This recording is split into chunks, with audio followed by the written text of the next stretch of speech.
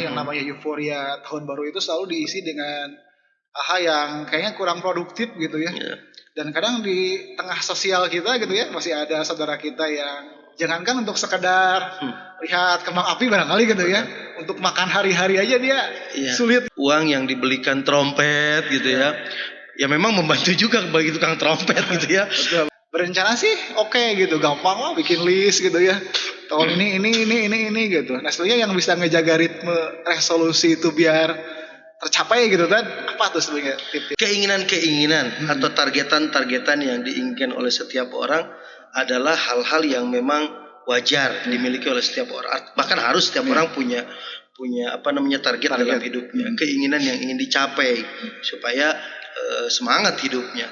Karena saya sering menyampaikan orang itu bisa bertahan hidup dan orang itu semangat dalam hidup karena ada harapan dalam dirinya.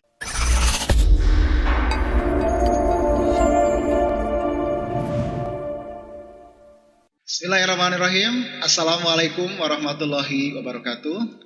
Sobat IDTV yang berbahagia dimanapun berada, selamat datang di podcast Idrisiah TV. Podcast yang akan mengupas tentang perkara-perkara agama dengan cara ngobrol santai. Tentunya dengan saya Deden Hidayatullah selaku host, dan insya Allah pada kesempatan yang berbahagia ini kita akan ditemani oleh narasumber kita yang luar biasa, dengan Ustadz Adang Nurdin MS FPD. Selamat datang Ustadz. Ya. Sehat?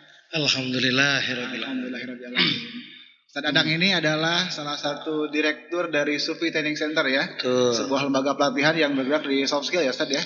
Ya. Yang lebih ke mana itu Ustadz? Jadi STC atau Sufi Training Center adalah lembaga pelatihan yang lebih konsen kepada peningkatan mental spiritual skill. Betul. Nah ini konsentrasi dari STC itu sendiri. Itu kebutuhan setiap individu ya, yang namanya mental spiritual itu. Oh iya, karena begini, setiap manusia itu kan terdiri dari dua unsur, jasmani dan rohani. Nah kedua-duanya juga memerlukan sentuhan. Ya. Fisik manusia bisa tumbuh dan berkembang ketika terpenuhi kebutuhannya. Nah begitu pula dengan rohani manusia, ya, yang merupakan dimensi yang kedua yang dimiliki oleh kita gitu, sebagai manusia, ada yang disebut dengan spiritual need, kebutuhan spiritualitas. Nah ini adalah kebutuhan setiap manusia, kebutuhan setiap orang. Luar biasa. Mudah-mudahan STC-nya semakin maju dan bisa memberikan pencerahan untuk umat Ustaz ya. Amin. Alhamdulillah. Ustaz, kita akan ngobrol-ngobrol santai Ustaz. Ini lagi happening mungkin gitu ya. Tahun baru Ustaz. Betul. Ya, tahun baru 2022. Kita sudah ada di tahun ini gitu ya Ustaz. Tiap tahun kayaknya kita terus gitu ya beryuforia gitu. Merayakan.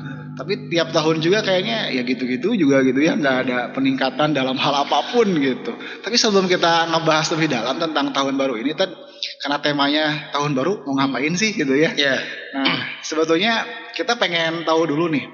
Kadang kan kita ini hari-hari menggunakan kalender Masehi ya buat bikin jadwal, agenda, segala hal lah gitu. Tapi kita juga sebagai umat Islam juga kan ada kalender Hijriah gitu ya, yang memang kita juga patut berbangga dengan adanya penanggalan di tahun baru Islam tersebut. Nah ini sebenarnya gimana ya ngorelasiinnya, karena euforianya kadang beda gitu ya antara tahun baru Islam dengan tahun baru Masehi gitu. Sebetulnya kan nggak saling bertolakan kan ya. Bagaimana menurut pandangan Ustadz terhadap itu? Iya, dalam penanggalan gitu ya, penentuan penanggalan kita mengenal ada yang disebut dengan tahun Masehi. Yang kedua ada yang disebut dengan tahun Hijriah. Gitu. Kalau tahun Masehi hitungannya mengikuti perputaran bumi terhadap matahari, gitu ya. Maka sering juga disebut dengan tahun Syamsiyah, gitu ya, atau tahun matahari karena hitungannya adalah mengikuti perputaran bumi terhadap matahari, gitu.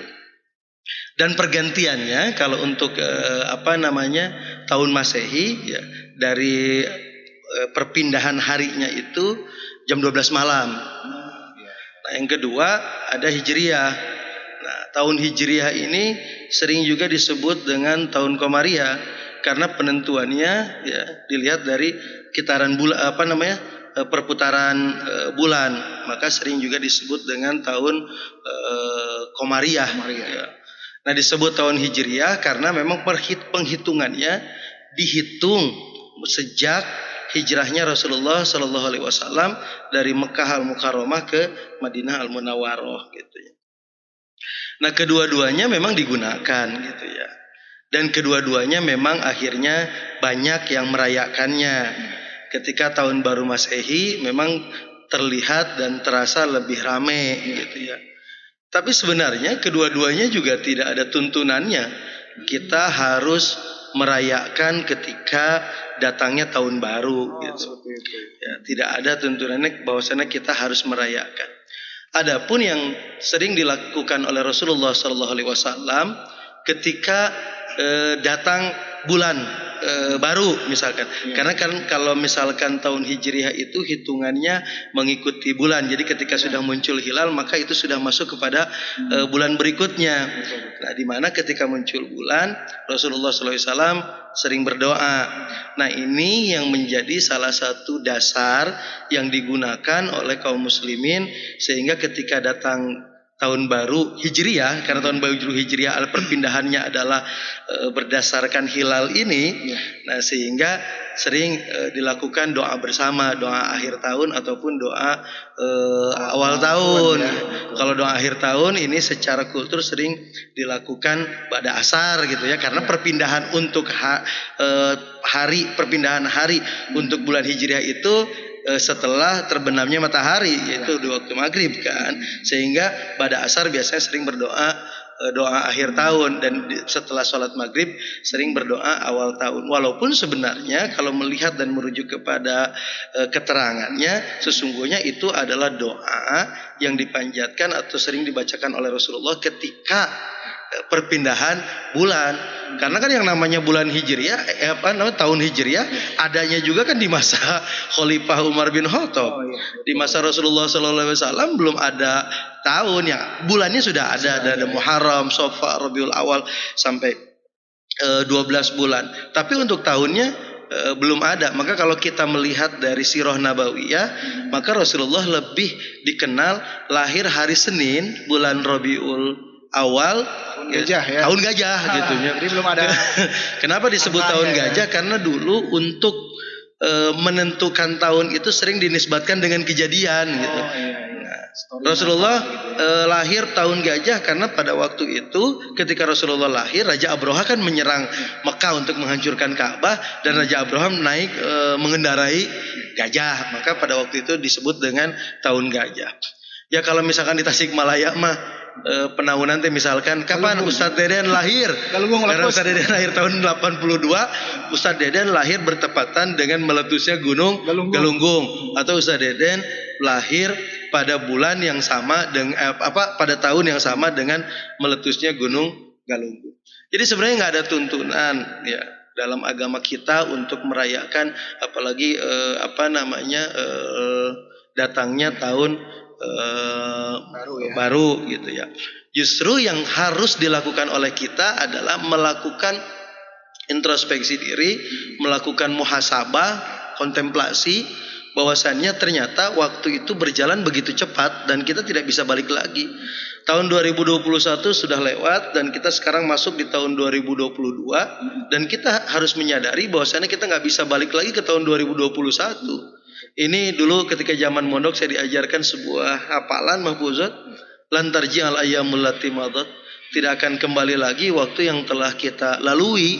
Maka yang paling penting bukan merayakannya, tapi justru melakukan proses introspeksi diri gitu ya. Apa yang telah kita lakukan selama 1 tahun ke belakang dan apa yang akan kita lakukan 1 tahun ke depannya gitu. Ini sebetulnya nggak usah ada perdebatan gitu ya antara Hijriah dan Masehi gitu ya. Toh dua-duanya kita gunakan gitu ya dalam kehidupan sehari-hari kita gitu ya tadi ya, terkait dengan tahun yang ataupun penanggalan yang sering kita gunakan gitu tadi ya. Ya, memang kenyataannya seperti itu. Ya, kita menggunakan kedua-duanya, yaitu baik itu Masehi maupun itu Hijriah. Gitu. Kita gunakan kedua-duanya gitu. Maka sesungguhnya kita jangan sampai hanya memperdebatkan itu saja gitu. Jadi kalau misalkan datang tahun Masehi rame misalkan, tidak boleh merayakan dan lain sebagainya. Nah, kalau Hijriah rame. Sebenarnya kan esensinya bukan pada perayaannya, tapi justru esensinya pada bagaimana kita mengisi waktunya yang paling penting itu. Nah, ini kan kalau kita tahu nih gitu ya, rata-rata kalau yang namanya euforia tahun baru itu selalu diisi dengan hal yang kayaknya kurang produktif gitu ya. Dan kadang di tengah sosial kita gitu ya, masih ada saudara kita yang jangankan untuk sekedar lihat kembang api barangkali gitu ya, untuk makan hari-hari aja dia sulit gitu. Betul. Barangkali substansinya ke sana. Nah, ini justru sesungguhnya yang memang harus kita kritisi gitu bersama-sama, dan kita harus melakukan evaluasi. Jangan sampai dengan berakhirnya tahun dan memulainya tahun baru lalu diisi dengan kegiatan-kegiatan yang anfaedah lah gitu ya. Atau kecil faedahnya, bahkan terkesan lebih banyak tabdirnya, lebih banyak memubadirnya. Contoh misalkan uang yang dibelikan trompet gitu ya memang membantu juga bagi tukang trompet gitu ya. Betul. Tapi kan ada tabdir di sana, ada pemubadiran gitu. Terus juga jangan sampai dibelikan petasan, kembang api, lalu parahnya lagi kan ada sampai orang berkumpul, ada ikhtilat, bercampur baur antara laki-laki dan perempuan. Wah, ini kan tidak boleh gitu ya. Ini kan tidak boleh. Mungkin bisa kayak semacam dirubah barangkali ya tadi ya. Bentuk syukurnya itu dengan seperti apa tadi gitu. Kita mensyukuri waktu itu mungkin bisa kasih tips lah gitu ya. Ini loh tips perayaan yang berfaedah. Kalau tadi kan kata Ustadz unfaedah gitu ya. Karena kan itu udah kultur kayaknya tiap tahun tuh kayaknya momentum itu selalu ada gitu. Dan kayaknya pengen gak kehilangan momen lah gitu. Barangkali yang kita rubah itunya kayak bentuknya gitu tadi. Jadi yang harus dirubah adalah pemahamannya terlebih dahulu ya. Sebenarnya kan bukan hanya tahun baru, seperti ulang tahun aja kan sering dirayakan juga. Betul. Seakan-akan umur kita bertambah. Padahal sesungguhnya ketika habis satu tahun, baik itu tahun baru masuk ke tahun yang lama masuk ke tahun yang baru, atau ulang tahun misalkan, saya nggak tahu nih usianya berapa sekarang. Saya nggak mau. Saya tidak jauh beda dari Ustadz. Kelihatannya kita seumuran gitu kan, kelihatannya. Jadi sebenarnya ketika masuk kepada tahun yang berikutnya, baik secara usia ataupun jumlah tahun baru gitu ya, sesungguhnya kan bukannya bertambah, tapi justru berkurang. Dengan selesainya tahun 2021 masuk tahun 2022, berarti kan berkurang umur kita 1 tahun. Ya, betul. Nah, maka sesungguhnya harus disadari bahwa sesungguhnya waktu terus berjalan dan usia kita sesungguhnya bukan bertambah tapi berkurang jatahnya. Hitungannya mungkin bertambah. Maka apa yang harus kita lakukan dari proses penyadaran itu, harusnya ada proses untuk melakukan hal yang lebih baik. Hal yang lebih baik misalkan dari kesadaran itu ya, dari kesadaran bahwasannya waktu terus berjalan. Dan ingat, al-waktu itu kasaif. Jadi waktu itu bagaikan pedang ya. Kalau tidak digunakan dengan baik maka akan memotong kita. Maksudnya memotong kita tuh nggak sadar, tahu-tahu udah 40 tahun aja, tahu-tahu udah 45 tahun, tahu-tahu kok tubuh kita udah mulai ringkih gitu ya, rambut kita dan warna-warna sudah mulai berubah ya, meninggalkan dunia hitam gitu ya, masuk gitu ya, bulu-bulu sudah mulai memutih, semua sudah mulai ringkih, segala kerasa gitu ya sekarang. Nah, maka sesungguhnya ini adalah message itu, SMS dari Allah Subhanahu wa taala bahwasannya sebentar lagi kita akan kembali kepada Allah Subhanahu wa taala. Maka harusnya ketika selesai ataupun habis tahun lalu masuk ke tahun yang baru, harusnya ada keinginan. Jadikan itu sebagai momentum untuk melakukan proses evaluasi diri ya, mengingat kesalahan kita di masa lalu kita memperbaikinya dan kedepannya kita menjadi lebih baik lagi. Jadi kalau misalkan kita tahu hakikat waktu, kayaknya gimana gitu ya kalau tahu bahwa tiap tahun itu sebetulnya hakikatnya berkurang. Tapi kalau kita euforia kayaknya bertolak belakang gitu ya. Nah, ini yang sering saya sampaikan. Kan ketika berbicara tentang masalah waktu gitu ya. Maka saya selalu menyampaikan ke sahabat-sahabat, kita tuh harus syukur waktu. Betul. Bagaimana kita mampu mensyukuri waktu, kesempatan yang Allah berikan kepada kita. Yang mana kesempatan itu bukan ada kesempatan 2 kali gitu. Kesempatannya hanya 1 kali. Cuma beda cuman gitu. beda waktunya dulu dengan contoh misalkan kalau kita misalkan nggak usah sholat lah, kan besok juga ada waktu lagi ada sholat lagi, ada sholat asar lagi atau sholat maghrib lagi. Ya memang ada, tapi maghrib yang sekarang berbeda dengan maghrib yang besok atau berbeda dengan maghrib yang kemarin. Maka kalau kita tidak memanfaatkannya, maka kita sangat rugi sekali. Maka Allah Subhanahu Wa Taala dalam Al-Quran banyak ayat yang dimana Allah bersumpah dengan waktu gitu. Wal asri demi waktu asar, wal laili demi waktu malam, wad duha demi waktu duha. Bahkan dalam surat Al-Asr dijelaskan wal asri innal insana lafi khusrin.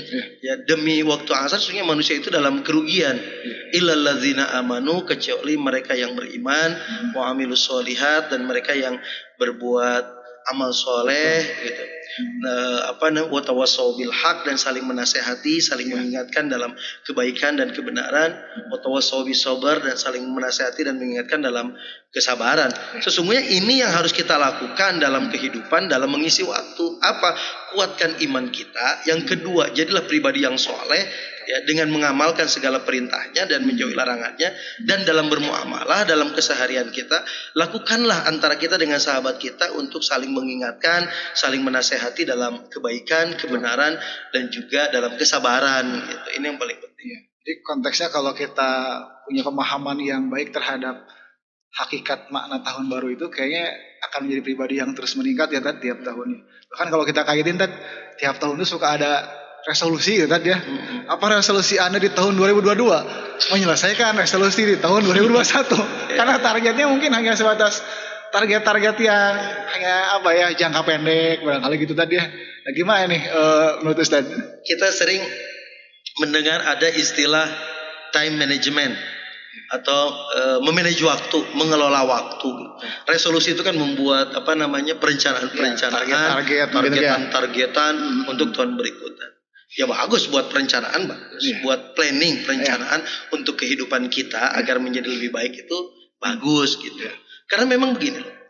1 tahun yang dimiliki oleh Ustadz Deden dengan 1 tahun yang dimiliki saya, yang Allah berikan kepada kita, sama atau tidak? Sama. Ustadz Deden 1 tahun berapa bulan?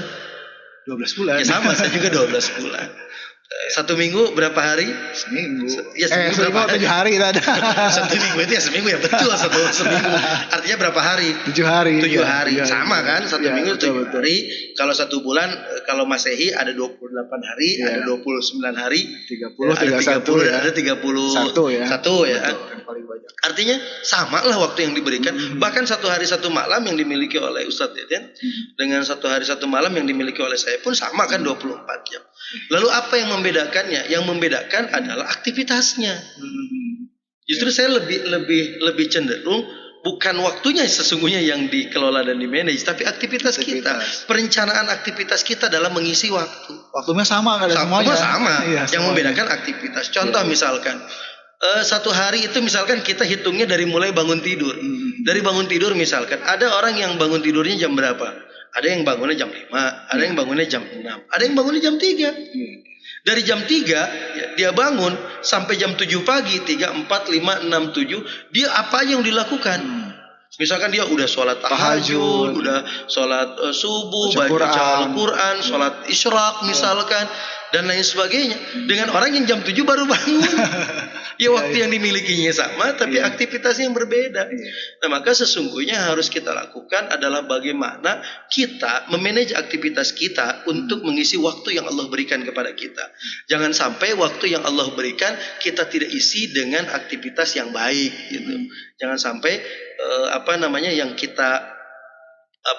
aktivitas yang kita lakukan adalah aktivitas-aktivitas yang tidak membawa kemanfaatan baik buat diri kita maupun buat orang lain. Karena khairun nas anfa'uhum linnas.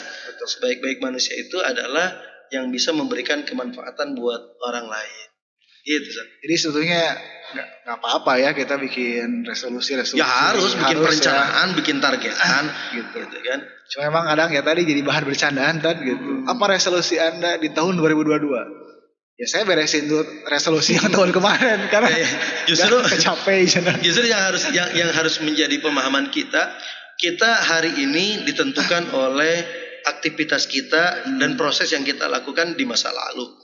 Dan kita bisa seperti ini kan karena masa lalu yang kita lakukan. Dan masa depan kita itu tergantung dari apa yang kita lakukan hari ini. Maka membuat perencanaan dalam hidup kita itu menjadi satu hal yang bagus, satu hal yang baik.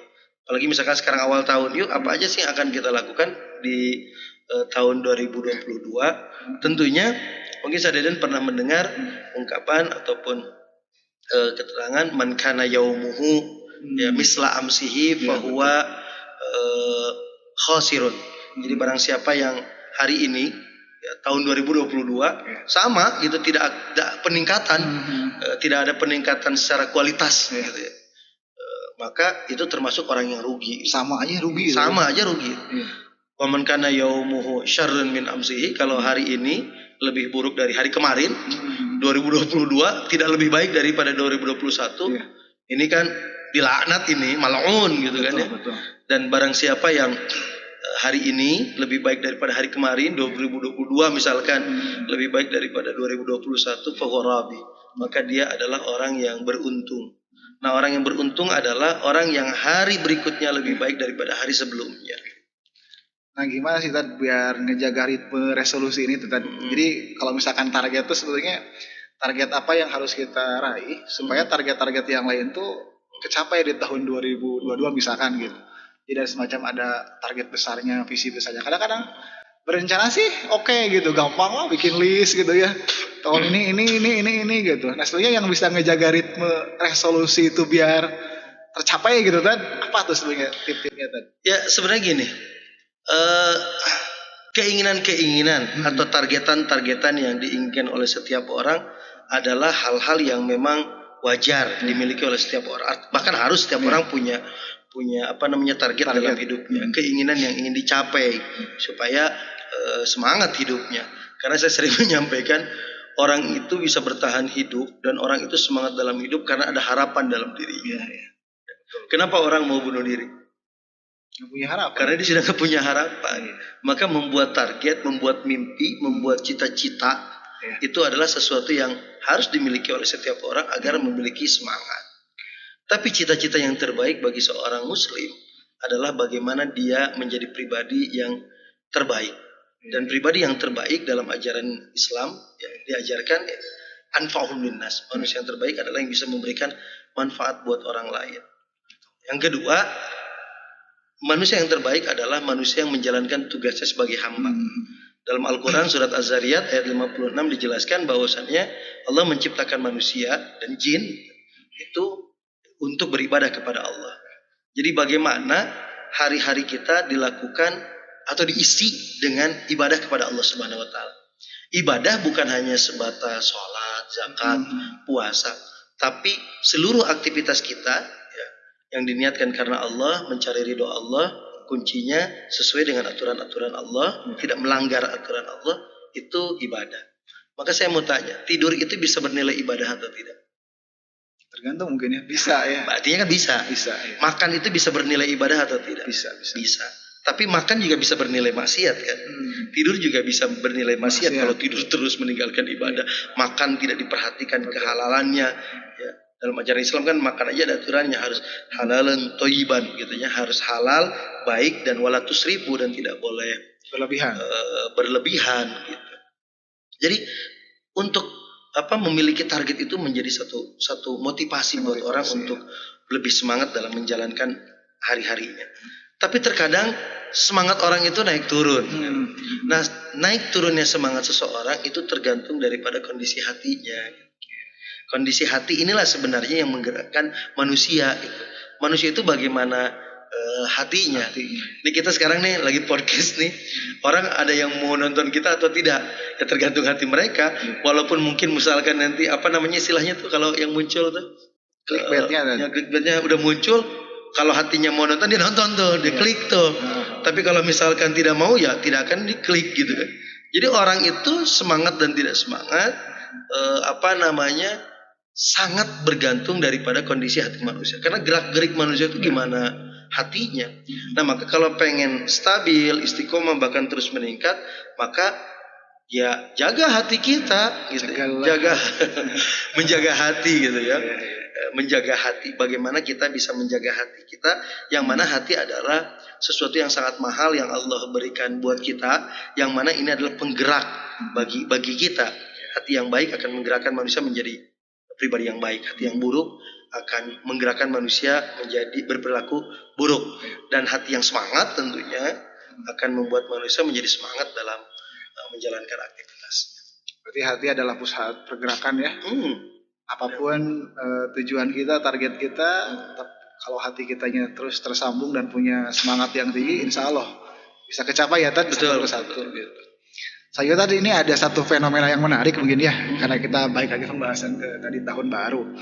Ternyata memang tadi juga sudah disampaikan banyak aspek-aspek madaratnya lah ketika terlalu beryuforia di tahun baru gitu ya. Nah barangkali ini bisa dilihat ada satu berita gitu kan ya, ternyata di tahun baru itu juga beberapa orang lah gitu ya, mereka lebih banyak minum minuman keras. Walaupun di sini polisi ternyata sudah sudah menggerebek lah gitu ya, ada miras yang memang disiapkan khusus untuk tahun baru.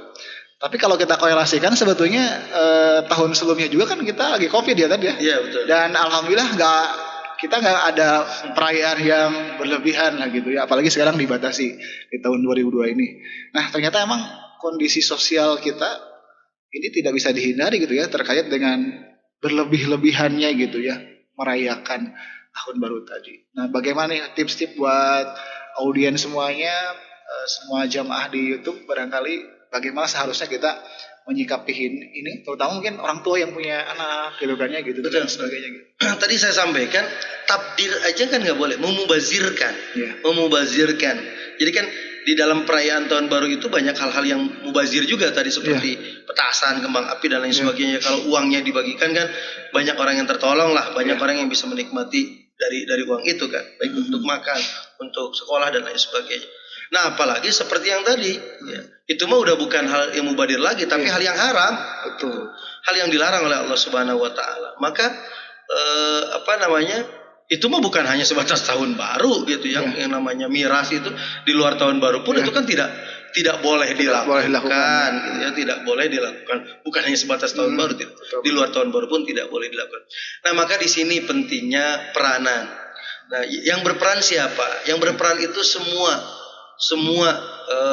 stakeholder ya, harus terlibat gitu ya. Semua harus terlibat, baik itu pemerintahan harus terlibat gitu kan, baik pun orang tua gitu ya, yang selanjutnya juga tokoh-tokoh masyarakat, tokoh-tokoh agama, karena ini bukan sesuatu yang bisa dilakukan oleh sebagian orang, ya harus dilakukan oleh banyak orang. Misalkan ketika orang tua mengawasi anak-anaknya ketika malam tahun baru, agar anak-anaknya tidak keluar rumah misalkan. Nah misalkan pemerintah melarang itu, tapi orang tua membebaskan itu, bahkan bisa saja terjadi hal-hal itu bukan di luar rumah, bahkan bisa terjadi di dalam rumah ya. Ketika misalkan unkontrol, misalkan orang tua yang tidak mampu mengkontrol anak-anaknya, hal itu kan bisa saja terjadi bukan di luar rumah, tapi justru terjadi di dalam rumah. Kalau di luar rumah mungkin itu akan banyak kan ya, dari pemerintahan, kepolisian dan lain sebagainya, mungkin yang bisa menghalangi hal itu terjadi. Tapi ketika di rumah kan pemerintah juga tidak bisa masuk. Tanggung jawab orang tua lah ya. Nah, orang tua atau mungkin di lingkungan masyarakatnya, dari tokoh agamanya gitu ya, memberikan penyadaran. Karena sekarang ini banyak orang melakukan sesuatu itu dasarnya bukan karena kesadaran, tapi justru karena keadaan dan karena keinginan gitu ya. Peluang gitu ya, kesempatannya terbuka lebar gitu. Nah maka ini sesungguhnya bukan tugas personal, tapi ini adalah tugas bersama, dan kita tidak boleh saling menyalahkan. Betul. Tidak boleh saling menyalahkan satu dengan yang lainnya. Yang harus kita lakukan adalah bagaimana membangun sinergitas antara satu dengan yang lain. Itu yang paling penting. Baik, luar biasa kan obrolan kita hari ini dari awal sampai akhir. Ternyata emang tahun baru ini harus dimaknai seperti apa? Ngapain nih kita tahun baru? Mungkin bisa ada semacam konklusi lah dari Ustaz. Ya, yang paling penting adalah tahun baru bukan berarti bertambah umur kita, ya, waktu yang Allah berikan kepada kita, tapi justru berkurang. Maka lantarji al ayyamul lati madat, tidak akan kembali waktu-waktu yang telah kita lalui, dan harus digunakan dengan sebaik-baiknya. Al waktu asmanu minaz zahab, waktu itu lebih mahal daripada emas. Emas bisa dicari, emas bisa dibeli, tapi waktu nggak bisa balik lagi. Bisa nggak usah beli waktu saya pengen muda lagi nggak bisa kan? Atau saya misalkan pengen muda lagi kan nggak bisa. Maka al waktu asmanu minaz zahabi, waktu lebih mahal daripada emas.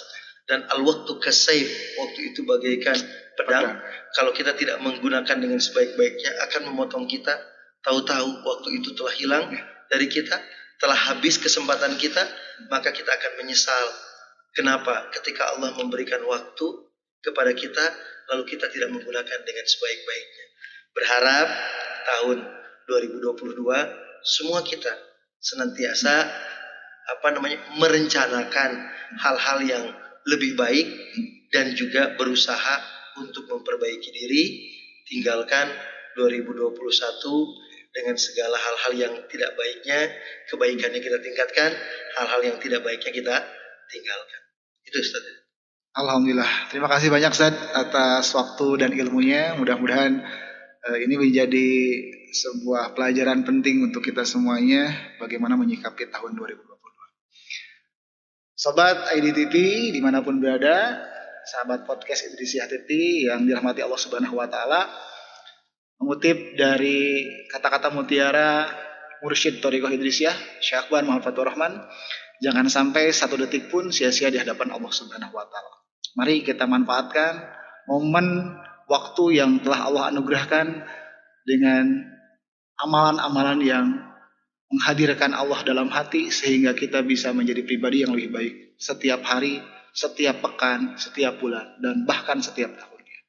Mohon maaf, sampai berjumpa lagi di episode selanjutnya di podcast Idrisiyah TV.